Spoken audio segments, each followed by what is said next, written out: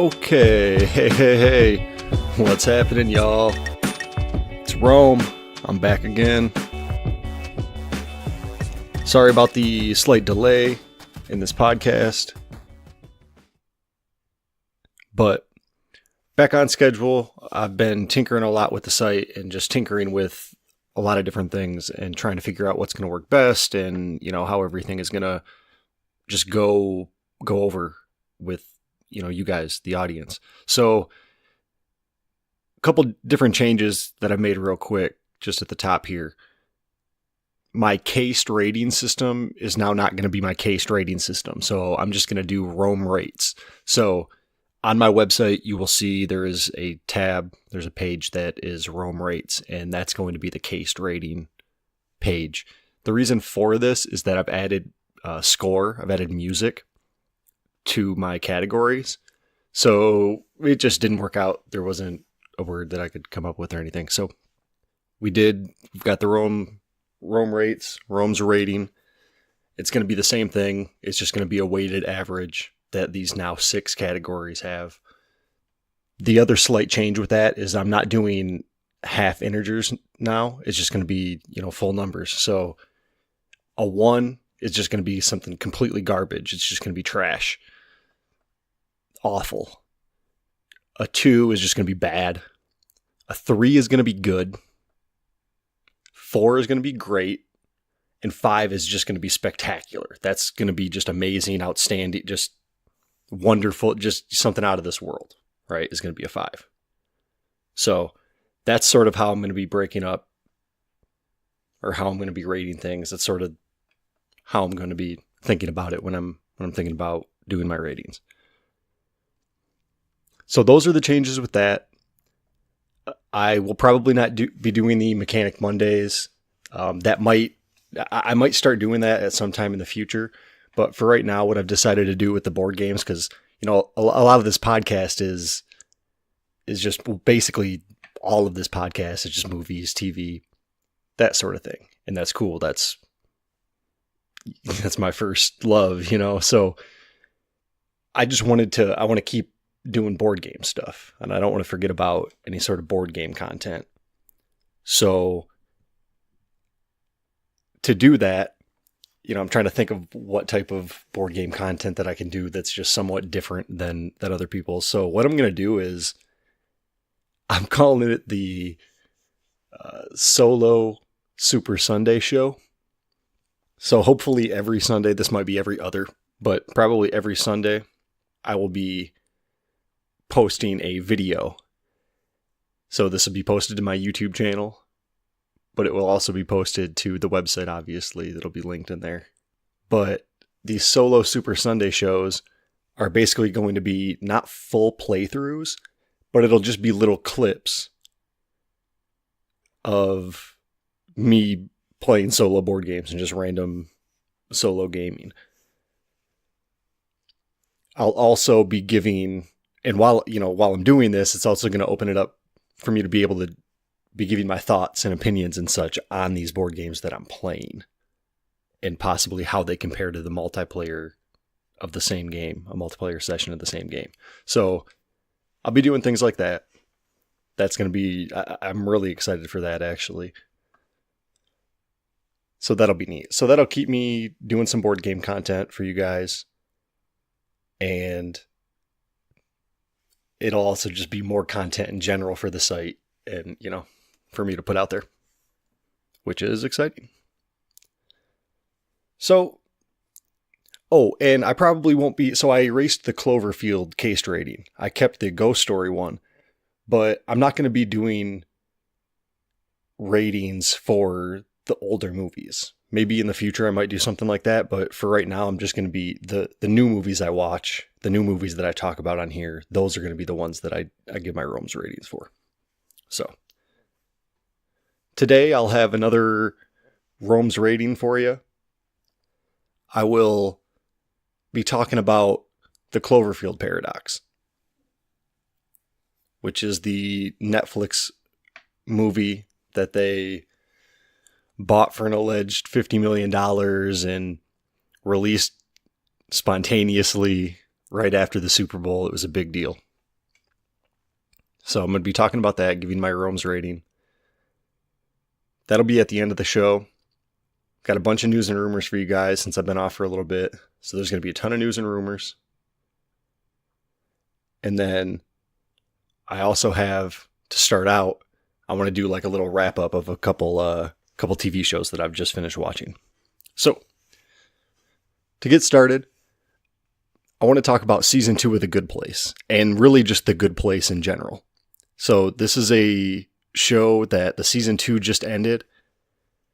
It is from creator Michael Schur.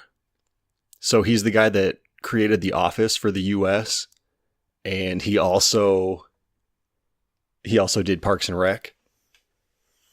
So he's a really talented dude, obviously. I mean, he knows how to make a funny show.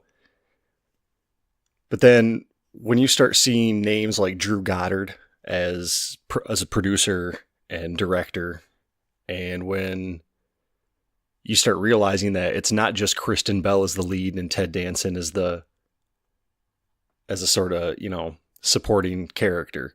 It's not just them bouncing off one another. The side characters in this, the people that you might not know about yet, these are the best characters in the show. I think that the casting is perfect almost all the way around. And some of the clever jokes and references that they make, the writing is just top notch. It's top notch comedy writing. You're not going to find a better written show on television as far as, like network comedies go and stuff, or really comedies in general. So this show, let me tell you what the show's about. The show is about Kristen Bell, who dies and goes to the afterlife, and she is in the good place, hence the title.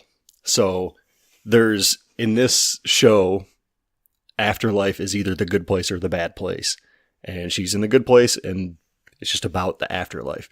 So no spoilers or anything, because there's a lot of twists and turns that happen in the show that you don't normally see in a show like this, which is another, nod to the writing. It's another reason that it just is unique and worthwhile to watch.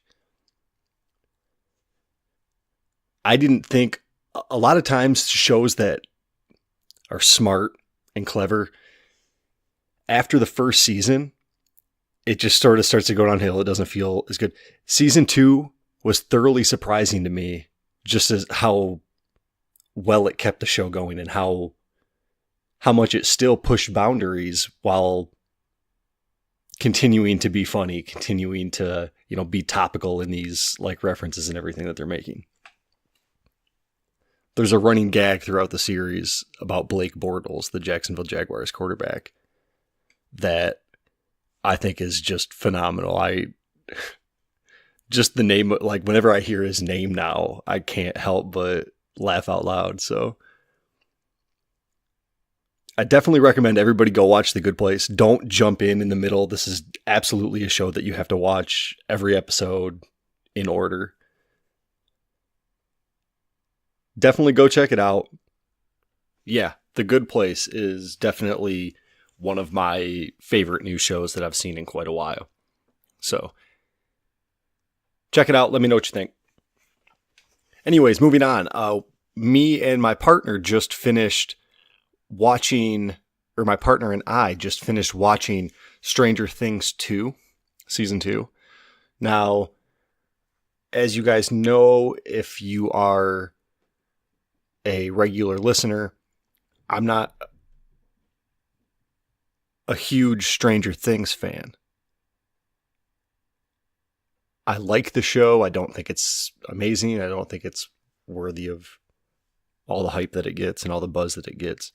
I think it's just an average show. I think there's a lot of shows that are better quality-wise. I think that it does a lot well, and I think it does a decent amount not so well. Anyways, Season 2 was on par with Season 1, I would say. I think I might even like Season 2 better than Season 1.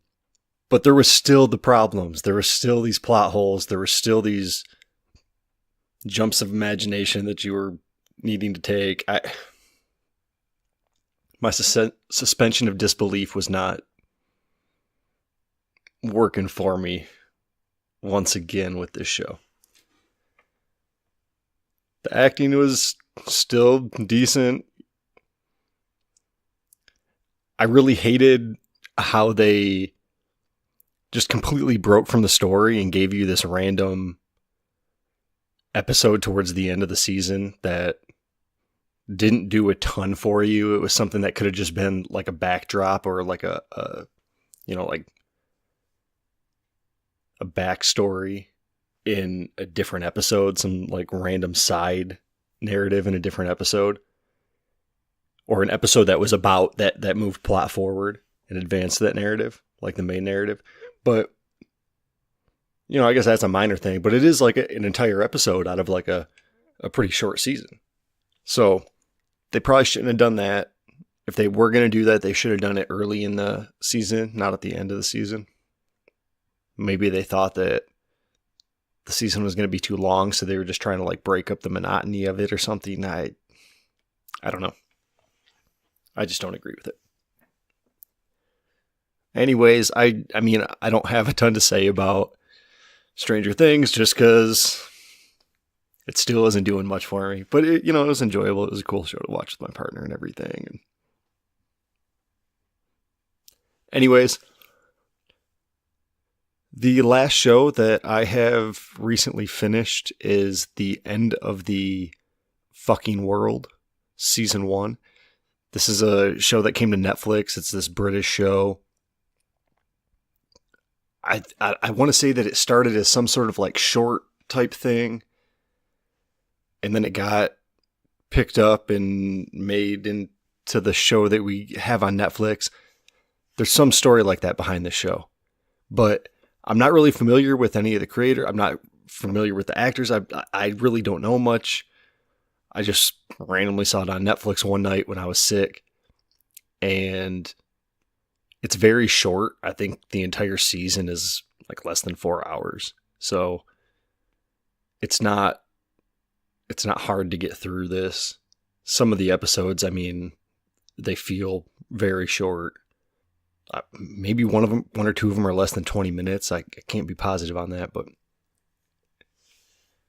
it's a really good show. It's just about, how do I not spoil? I guess that's not going to spoil anything. So it's about a kid, a boy who has some issues and he wants to kill somebody. And then there's this girl that sort of befriends him, and they go off, and it's just about them. It's about these two, this boy and this girl, who have a very odd, strange dynamic that I think it's dark, it's twisted, but it's absolutely worth watching. I was definitely surprised with how much I liked this. I watched it all in one sitting. I couldn't sleep or anything like that. I was feeling like crap, but I just watched all of it right then because I just didn't want to watch anything else. But it was a interesting story that, at some points it was a little over the top. But for the most part, it was pretty believable. And it was just really funny. And these two kids are interesting to watch. If you are okay with mature content, watch the show. It's easy watch, like I said. And it's on Netflix. Everybody's got Netflix. So definitely check this show out. It's The End of the Fucking World. So those are the shows that I've been watching. My partner and I actually just started watching. We're actually getting towards the end of it. I'll talk about it here once we finish it. But Big Little Lies whoa, this show, it was on my radar and everything, and I just never had watched it, and we were looking for a new show, and this is the one we chose. Holy cow, man. Nicole Kidman, Reese Witherspoon, Shailene Woodley, they all are putting in phenomenal performances. Laura Dern, even names I don't know, that like the performances are outstanding. Hats off. And the writing, oh man, like the story is just so good. It makes me want to read the book too. I believe it's a book, to just see the, differences and similarities. But if you haven't, it's an HBO show. If you haven't watched it, definitely watch the show. Holy crap, man. If you're into TV, if you like, good television, like good quality, like cinematic television, check this show out. Big Little Lies. But yeah, I'll talk about it more probably once we finish. Anyways, on to the news and rumors for the week. So, Passion of the Christ is getting a sequel. Mel Gibson's doing a sequel to that. Jim Caviezel is reprising his role. This is going to be called The Resurrection, apparently. So we all know, what it's going to be about. We'll see. It'll probably do really well, I would imagine. People are going to want to see it, even if they think it's going to be a train wreck. So, LeBron James, his production company, is doing a House Party reboot. I'm a big fan of the House Party movies, even the House Party 4 and stuff I thought was cool. But that'll be interesting. They have a couple of the writers from the show Atlanta that are going to be on it. Or they're not going to be on it. They're going to be working on it. So they're going to be writing the movie, writing the screenplay. I'm curious to see what's going to come of it. I'm curious to see who they're going to cast and everything. Is it going to be big name people? Is it going to be some no name guys? Is it going to be musicians? I don't know. I think that regardless, the movie will probably do well. It's got LeBron James' just name behind it. And that's a house party movie, so come on.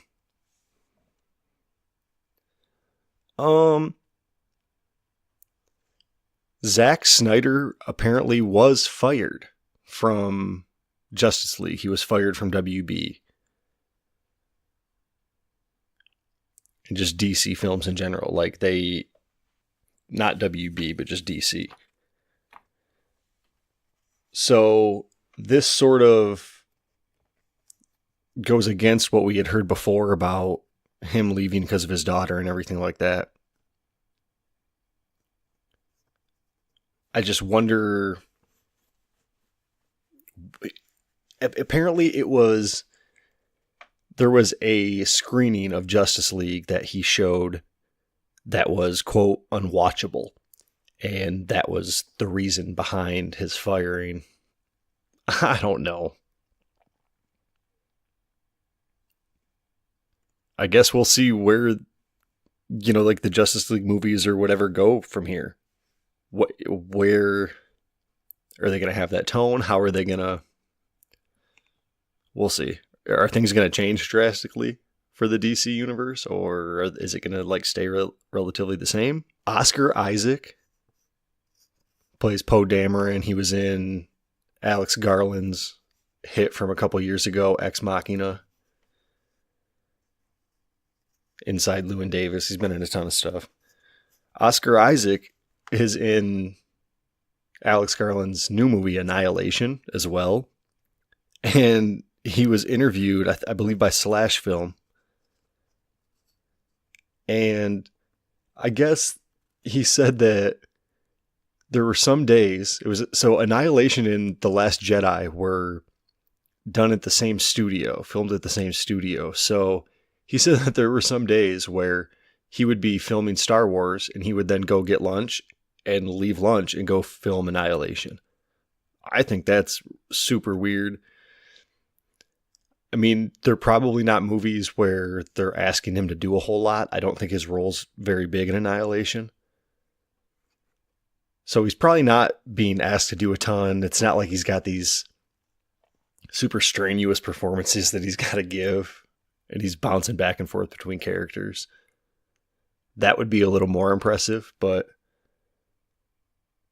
it's impressive enough. So HBO, they're doing the new Watchmen show. It's going to be done by Damon Lindelof. Did Lost and, my favorite show, The Leftovers. So that actually leads me to this news.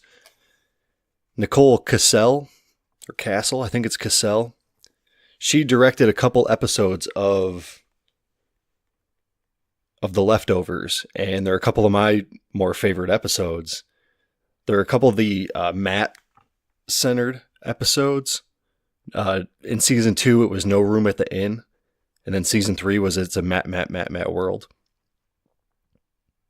She's directing the pilot of this Watchmen show that Damon Lindelof's doing, and Lindelof is actually writing the pilot as well. So I am stoked for this. I'm not some huge Watchmen fan or anything, but I just like the creators behind it. I would watch it if it was paint drying or something. But yeah, so I'm just wondering, is she going to be directing more episodes? Is she going to be like some sort of, main director? Will she helm all the episodes? Something like that? Is Lindelof going to write, just the premieres, the finales? How is that going to go down? I'm sort of curious. I'm sure that Lindelof will at least be heavily involved in the story. He might not be, writing the scripts and everything, but he'll probably be involved in the story. But I'm more curious about Nicole Kassell and how she's going to be incorporated into the show and just into the show after the pilot. House of Cards, the final season, it looks like they're adding Diane Lane and Greg Kinnear. I think that this is just some last-ditch effort to try to gain viewers for their last season, because they know that there's going to be people that they're going to lose people because Kevin Spacey is gone. Or because of that situation, there's going to be people that they lose. So they're trying to gain viewers by doing Diane Lane and Greg Kinnear. I mean, how many people is that going to be? Is it going to offset that? It's not enough for me to jump back. I know that much. I think that show just imploded, and yep, I'm good with with not watching it. That final season. Anyways, we have a Shazam synopsis that was released. It's basically what you would expect,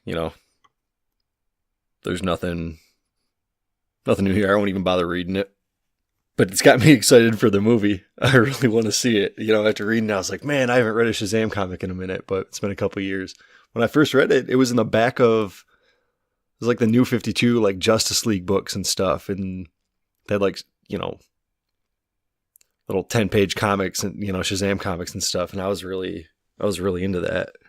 So Martin Scorsese is doing a TV show. It's going to be, the writer from the show, like Tudors and Vikings, he's going to be working with Scorsese. Now, Scorsese's going to be directing the pilot. Or no, I guess we don't even know if he's going to be directing the pilot. So he might just be producing it. He might not be, he might not really ever be on set or anything like that. But my guess is that he'll probably do like Boardwalk Empire. He'll probably direct the pilot episode and then just be a producer from there on. Sort of like what Fincher did with House of Cards and Mindhunter or whatever.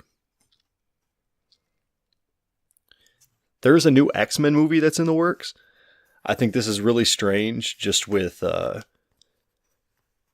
merger talks. And I guess I can move on to the merger news after this too. But it's really interesting that there's a new X-Men movie in the works. I wasn't thinking that we were going to have any news on a new X-Men movie for quite a while. But it's got like a working title of, what is it, 143 or 134? I think it's 143. And that is an Uncanny X-Men issue number that Kitty Pryde was introduced. So it's going to be a Kitty Pryde movie. That's, all but confirmed is that it's going to be a Kitty Pryde movie. Now, a bunch of questions about this. Now, it's going to be directed by Tim Miller, who did the first... He's got some, video game animation company that I think he owns and, works at and stuff. But then he directed the first Deadpool movie. He's not directing the second one, but he did the first one. Now, I was really impressed with him. I thought, I was curious to see what else he was going to do. And I've definitely seen some of the clips and things like that, and a trailer from a video game and all that. And I like what this, I like what this guy's doing. So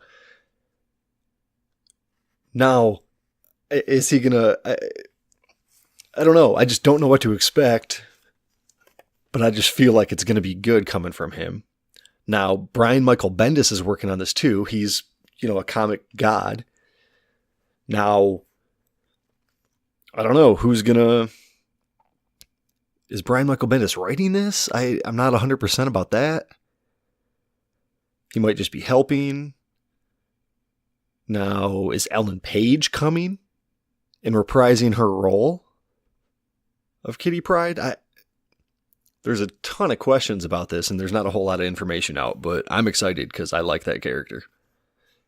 So let me jump ahead real quick, but we got that Comcast, that Fox and Disney deals being interrupted by Comcast, it looks like. It sort of looks like Fox might want to make a deal with Comcast instead.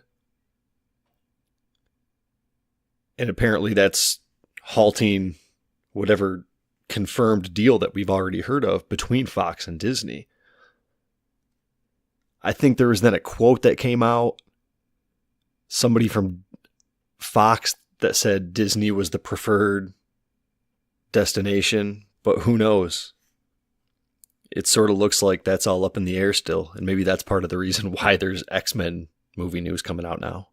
So the Paddington director, Paul King, this guy's doing a Willy Wonka remake. I never saw the Johnny Depp Willy Wonka. I will never see this Paul King guy's.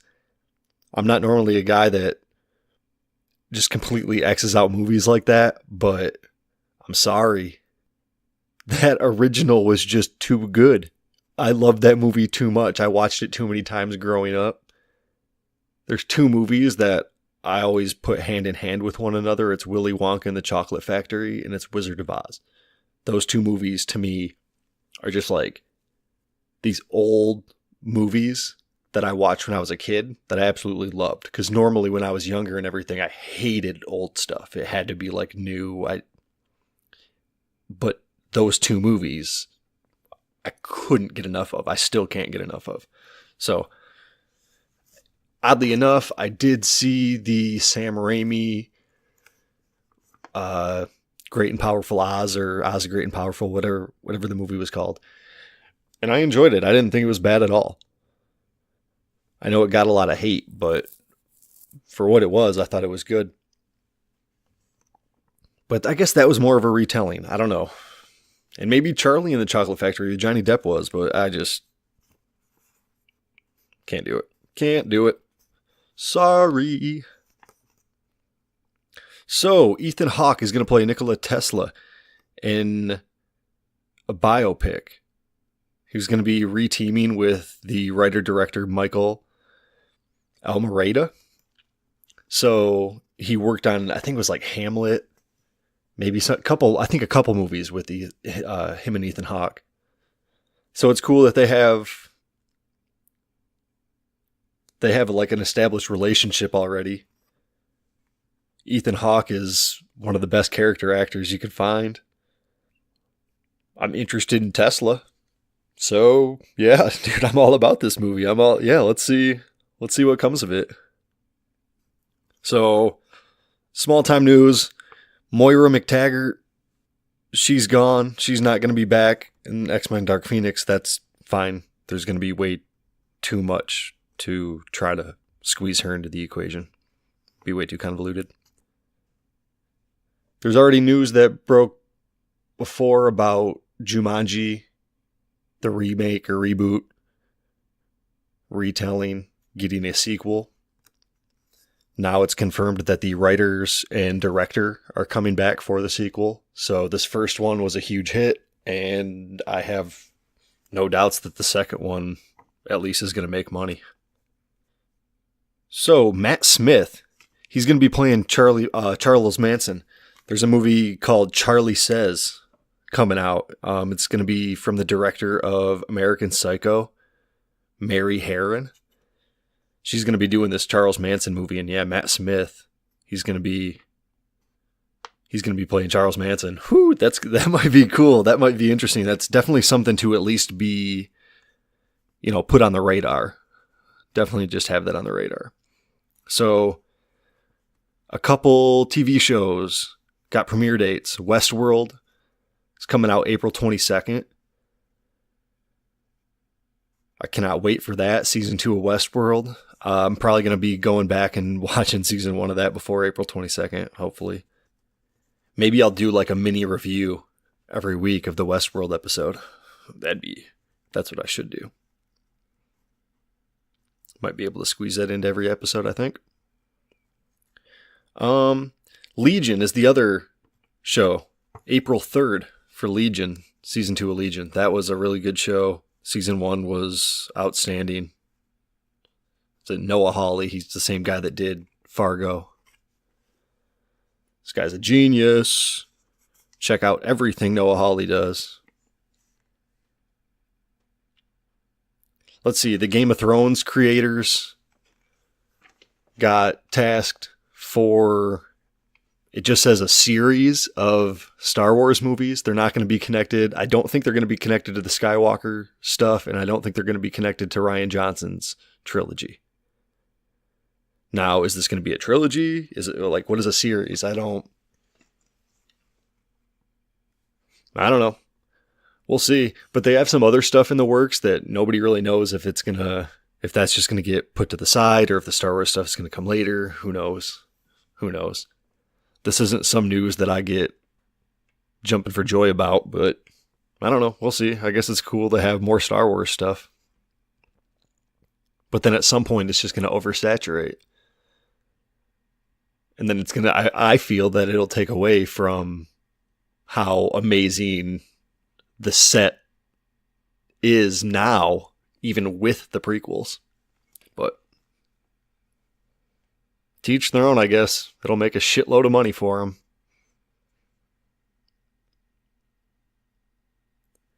Apparently, Lucasfilm has been hiring minorities and, people of color, women. I don't know. And this is to like helm these movies. So this is to write, direct, etc.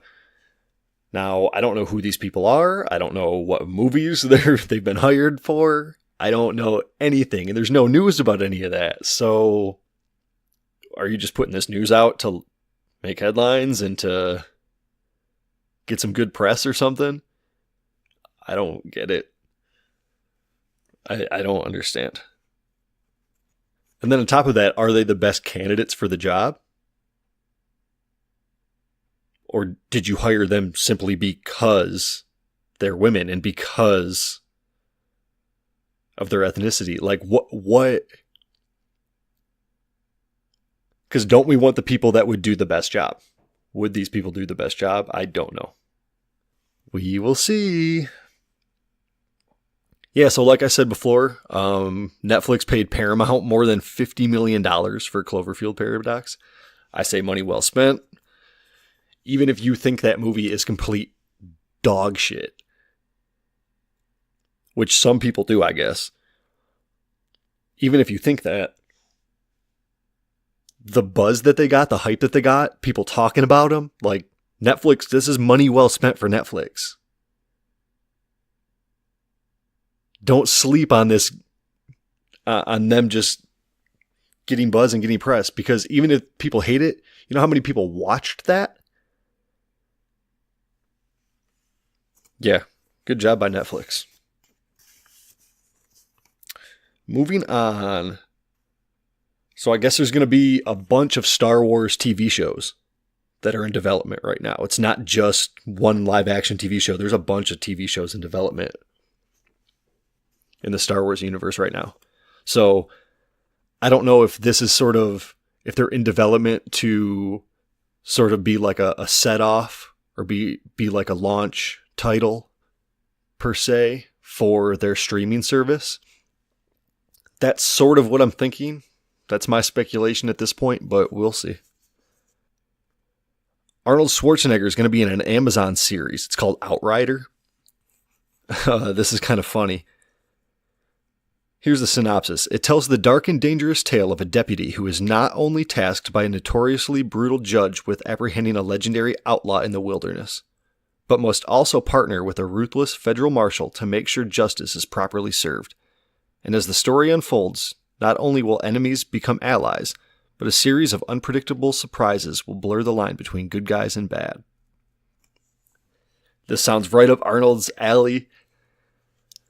This, an Amazon series, I'm all about this. This might be a huge hit for Amazon, actually. Yep, I'm interested. I'm there. I'll watch this one. So Joel McHale is doing a show that's going to be like his old show, The Soup, or like Talk Soup or whatever that was on E. It's just going to be, ripping on pop culture stuff and, sort of like a commentating show. Super excited for this. Joel McHale's hilarious. Yeah. That airs the 18th. So it's what is it? This upcoming Sunday, apparently. Yeah, this upcoming Sunday. Nice. And Kevin Hart's his first guest. So yeah, I'm really interested in this show. It's on Netflix, but it's a weekly show. So I'll probably be catching this every Sunday. And what else we got? Oh, Alex Garland said, I think he was in like a Q&A. So this is the Ex Machina Annihilation. It's that guy. He said in this Q&A that he was interested in doing a Swamp Thing movie. Now, is this going to come to fruition ever? Is this another like Neil Blomkamp alien situation? I don't know, but it'd be cool to see Swamp Thing get an actual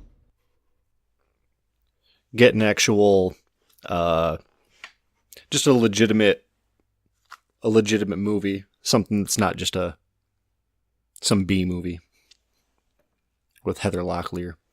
No, seriously though, Return of the Swamp Thing, that was definitely a movie I watched a decent amount of times as a child. My dad was a really big fan of Return of the Swamp Thing. So that cheesy, corny movie, I need to go back and rewatch that sometime soon.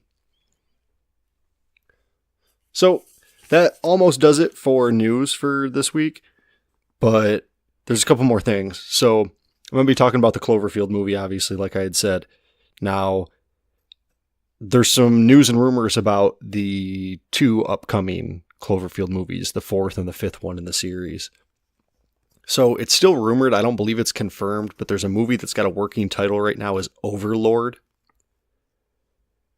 And it is supposed to release on October 26th. So maybe we'll get a name change. There's a lot of people that are calling it Cloverlord, so that's kind of funny. That's like a little, just a little play on words. But I'm going to read the synopsis of it. On the eve of D-Day, American paratroopers are dropped behind enemy lines to carry out a mission crucial to the invasion's success. But as they approach their target, they begin to realize there is more going on in this Nazi-occupied village than a simple military operation. They find themselves fighting against supernatural forces, part of a Nazi experiment. So you can kind of see how this would or could potentially tie into the Cloverfield universe. And you can see how this could have been a standalone separate movie and probably just make a couple tweaks and it fits in perfectly, because that's what we've heard J.J. Abrams say that he wants to do with this universe.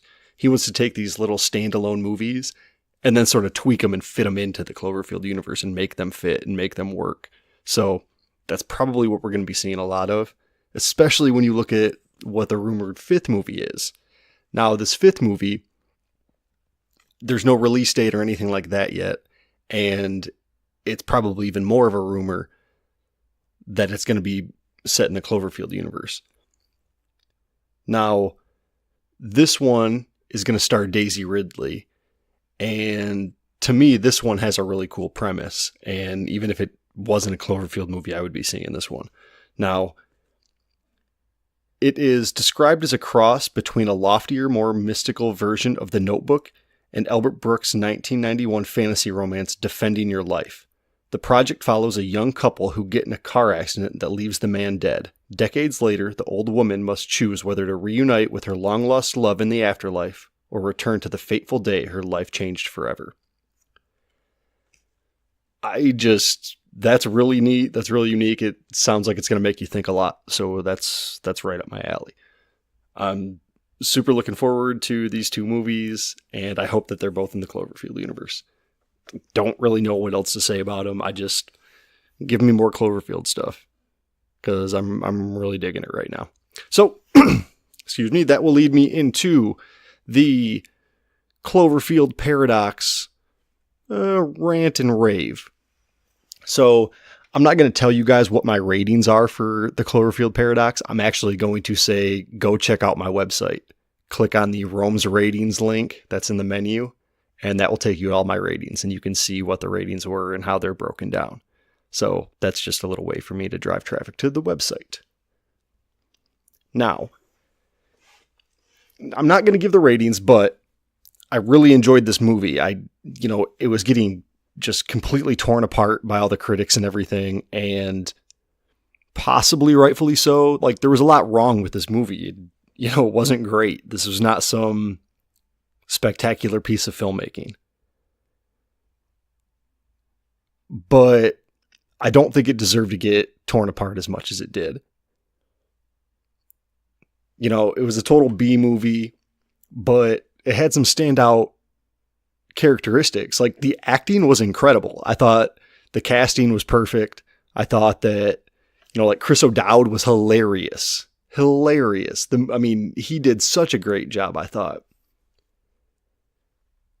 But then you look at the screenplay, you look at like the story and everything, and there was just so many times that you really had to just suspend your disbelief. And that was tough for some parts. I'm not sure how many rewrites this had. I'm not sure if the, original screenplay would have been better without trying to fit it into the Cloverfield universe. I don't know, but I would have liked to seen that movie. I thought that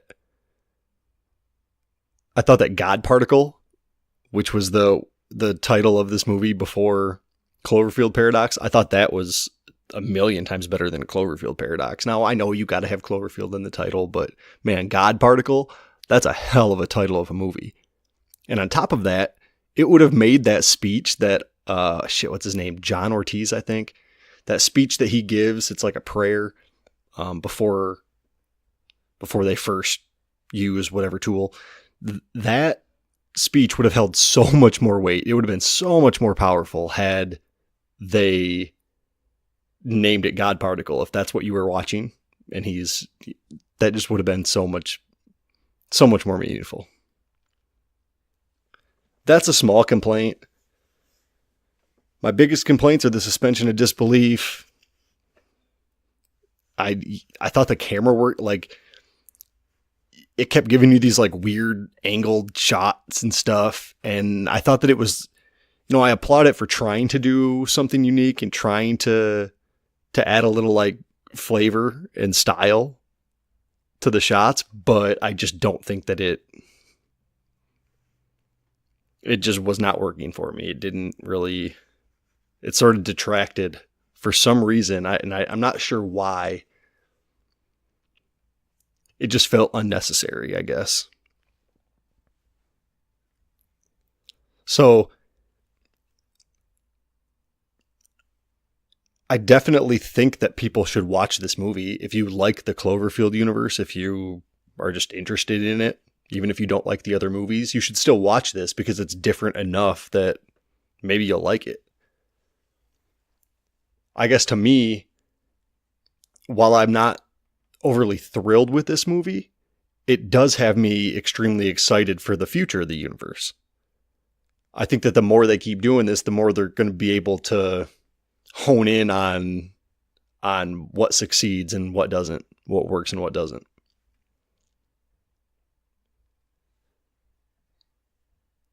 I guess I don't really have a ton to say about Cloverfield Paradox. You should know what to expect going in. You shouldn't expect some amazing piece of filmmaking. If you do that, if you manage your expectations, and I think this is the case about almost every movie, but if you manage your expectations, then you're probably going to be okay. You're probably going to enjoy yourself, at least somewhat. You're going to find some enjoyment out of it if you're managing your expectations. So, don't go into an MCU movie thinking that it's going to be a Best Picture nominee. Probably not going to happen. So, don't go into Thor thinking you're going to see a comedy.